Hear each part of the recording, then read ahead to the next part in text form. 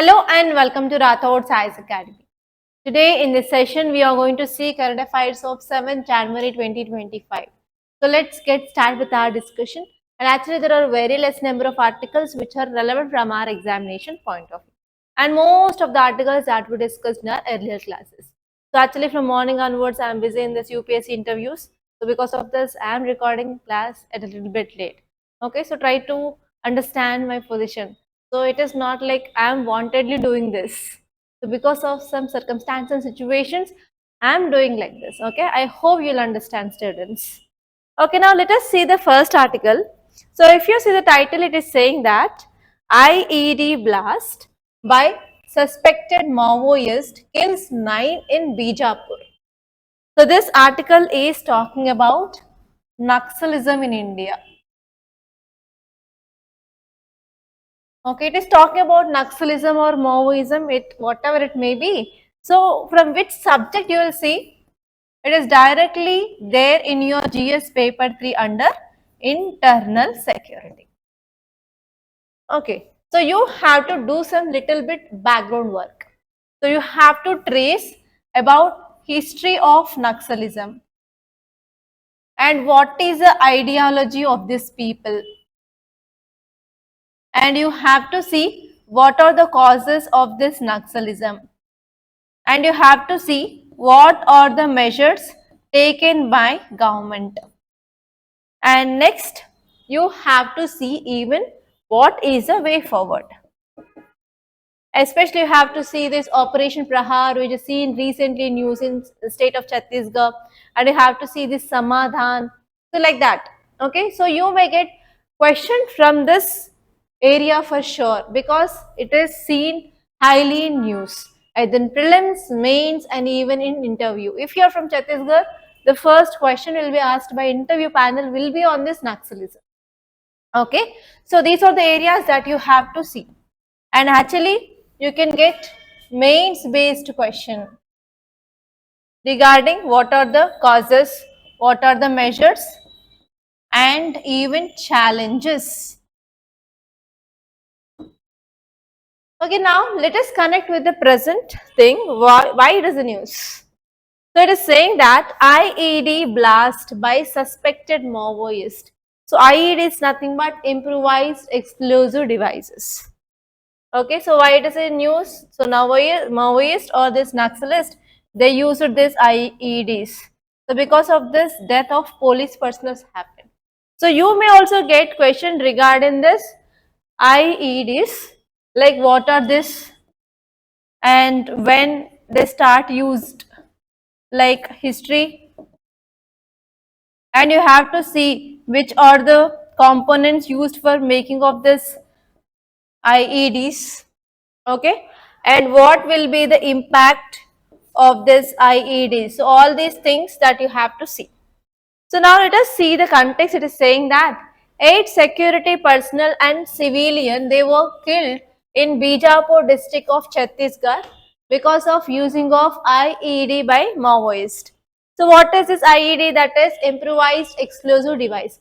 So just do some background work of Naxalism. Okay.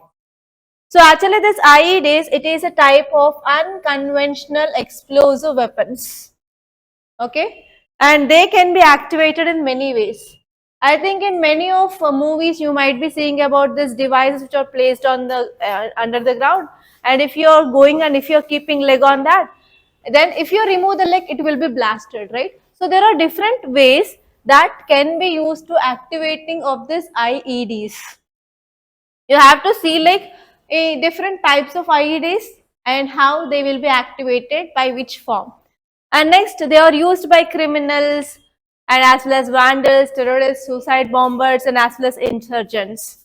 Okay, and they are improvised forms. That means they are ranging from small pipe bomb to a sophisticated device which is capable of causing even massive damage and loss of life.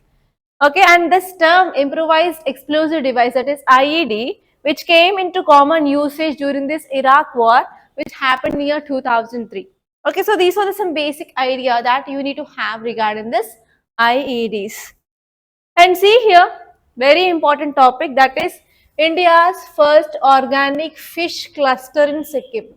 So you may get a prelims based question or like a mains based question regarding this topic. And okay, let me write the keyword. Keyword is organic fishing. So till now we are very familiar with this word organic farming, right? So what is this organic fishing? Fishing means we are not using any pesticides or any medicines or any antibiotics, but we are going for growing of this fish in a natural way and we are going to sell in the market. So why this organic fishing is important now?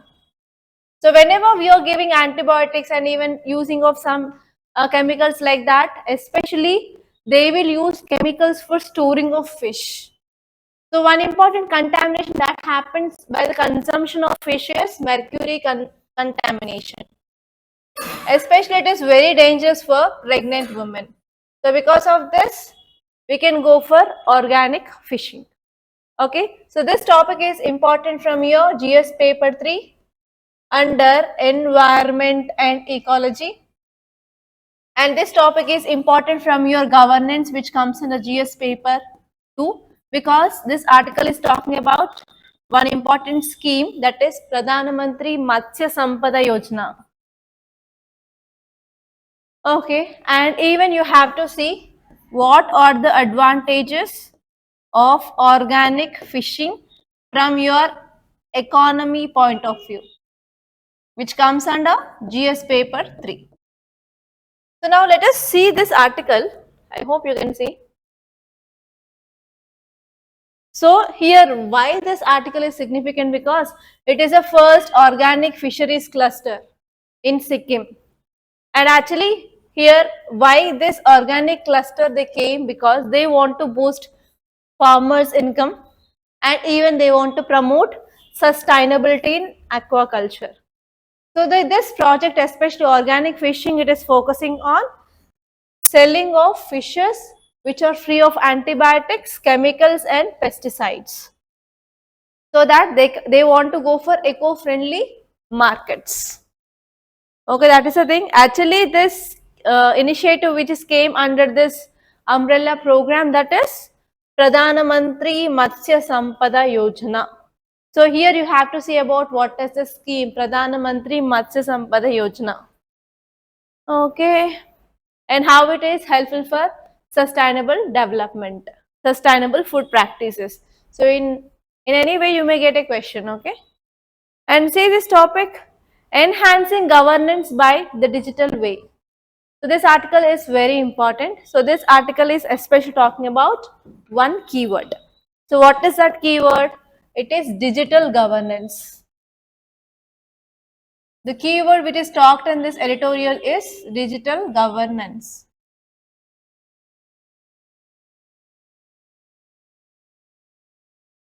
So this article is important from your GS paper 2 under governance point of view. Okay. And apart from that, even we can see from GS paper 3 under economy. Okay. So what are the dimensions you have to see? So first you have to understand this concept. What is this digital governance?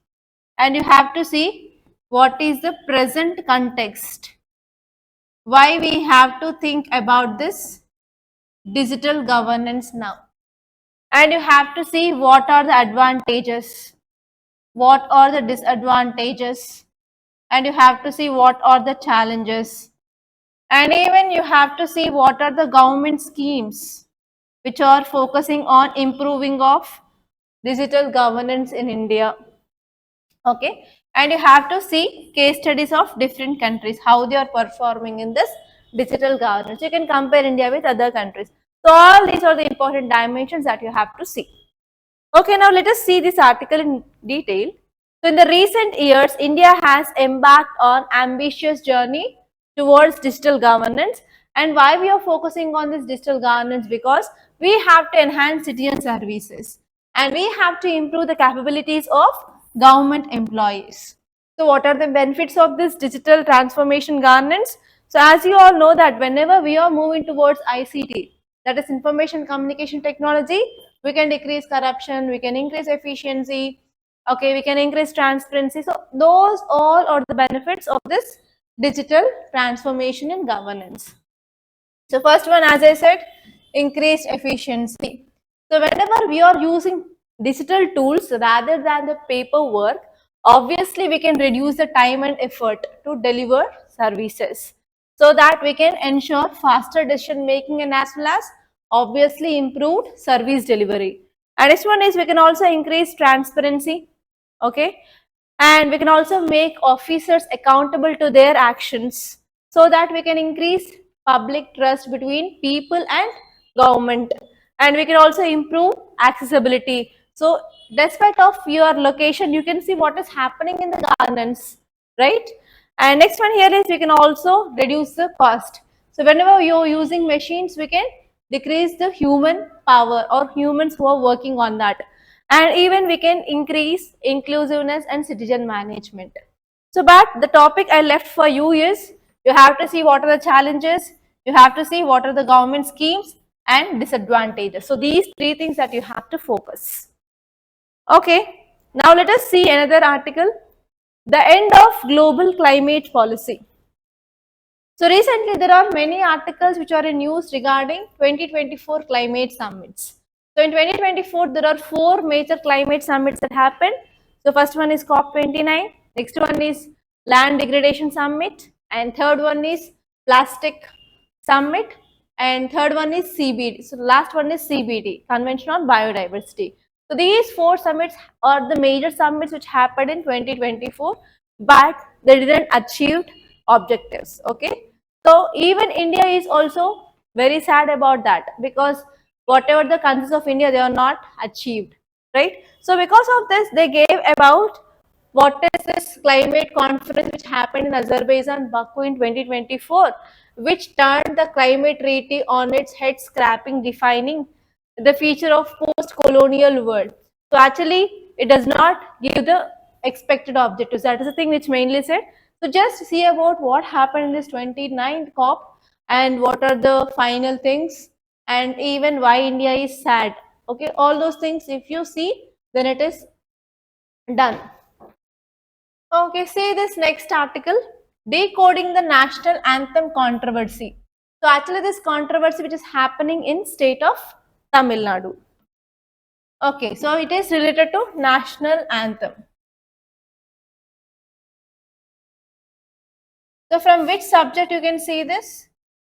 From GS paper 2 under polity, and even from your GS paper 1 under modern history. So from modern history point of view, you have to see the facts. So who wrote this national anthem? So what are the changes? So when our Constitutional Assembly which had been adopted this? So in which meet, in which session? And if you you can see some basic facts regarding this national anthem. And even if you see, it is a part of our fundamental duty, right? So you have to see some facts regarding our fundamental duties. So which are the articles tells about this fundamental duties, and how many fundamental duties are there originally. So which fundamental duty added by which amendment. So everything that you have to revise once. So if you see what is this controversy is now, the Tamil Nadu governor, he left this legislative assembly without delivering his customary address on every new year. So he has to address this session, but he left.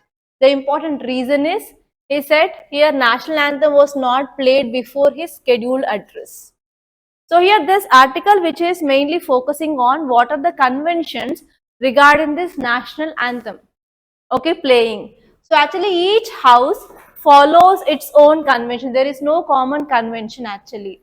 If you see, even in Nagaland actually the national anthem was not played at all.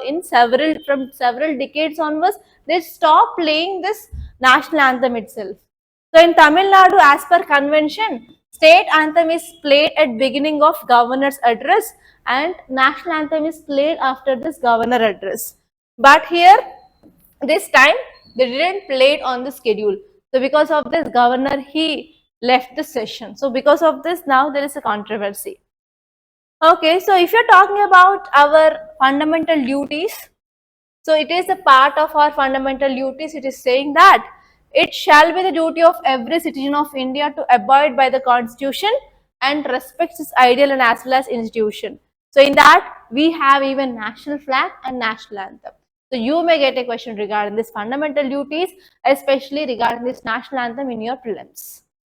Okay, and if you see the next article, it is about HMPA virus.